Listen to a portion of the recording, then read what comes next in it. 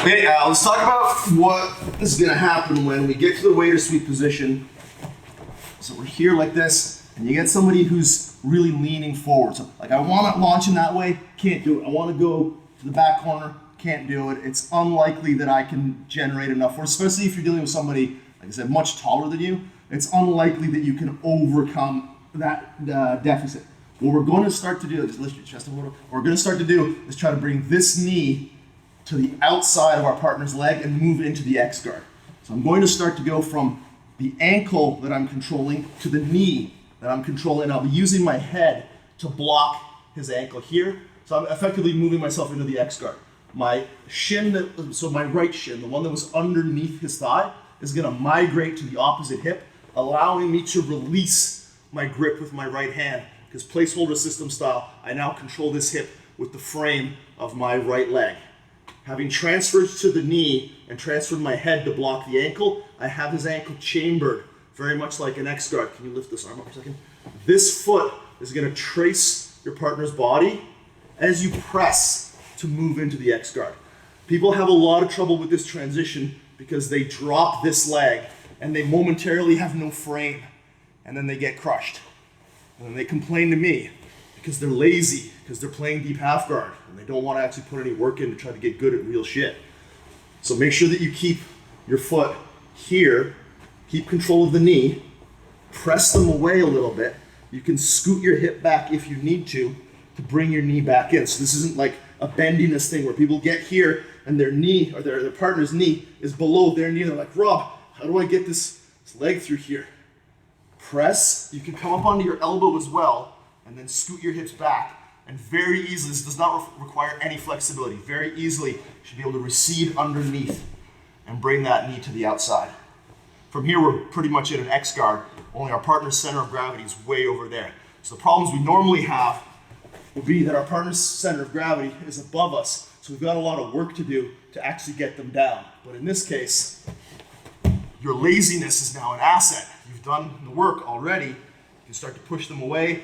The only limitation here is if somebody can control one of your legs. So this is a pretty common situation where you'll have some issues. Just push that away. Technical stand up, complete the sweep.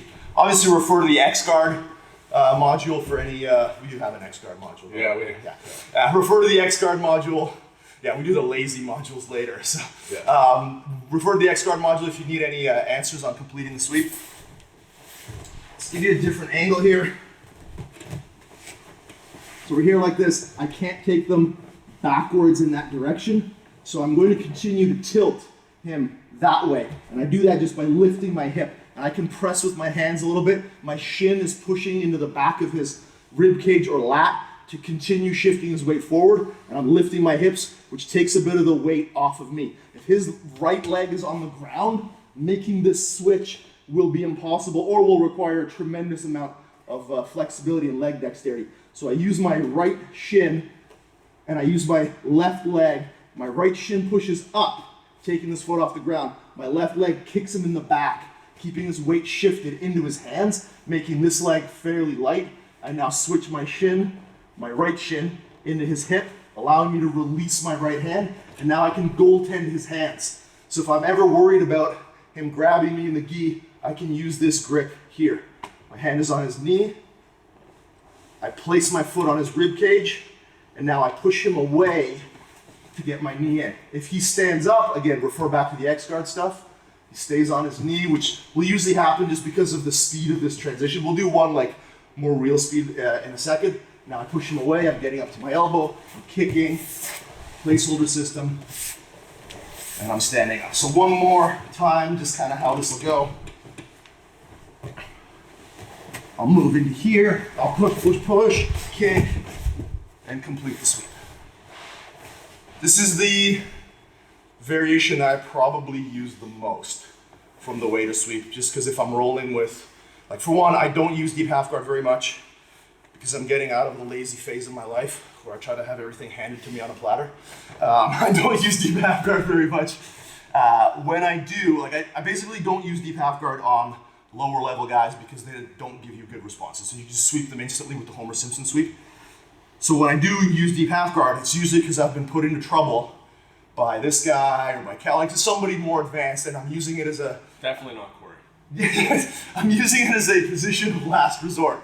So when I do go to do the sweep, at that point, I end up using the waiter sweep a fair bit, and it's really hard to actually get them all the way back, so they end up leaning forward. And so just by default, the people that I use this on are pretty good. It's harder to hit those first two sweeps on those people. They also generally know my game a little bit, and so I end up using this variation, which puts us into the X guard. And if I can't complete the X guard sweep, then a leg entanglement is one movement away. So this is like, for me, this is my most commonly used deep half guard technique at this point, and the one that I think is going to be the most successful, particularly in no-gi. In the gi, the double like gi tail sweep, which we'll deal with later, is really good, but a little bit of useless information for you. Yeah.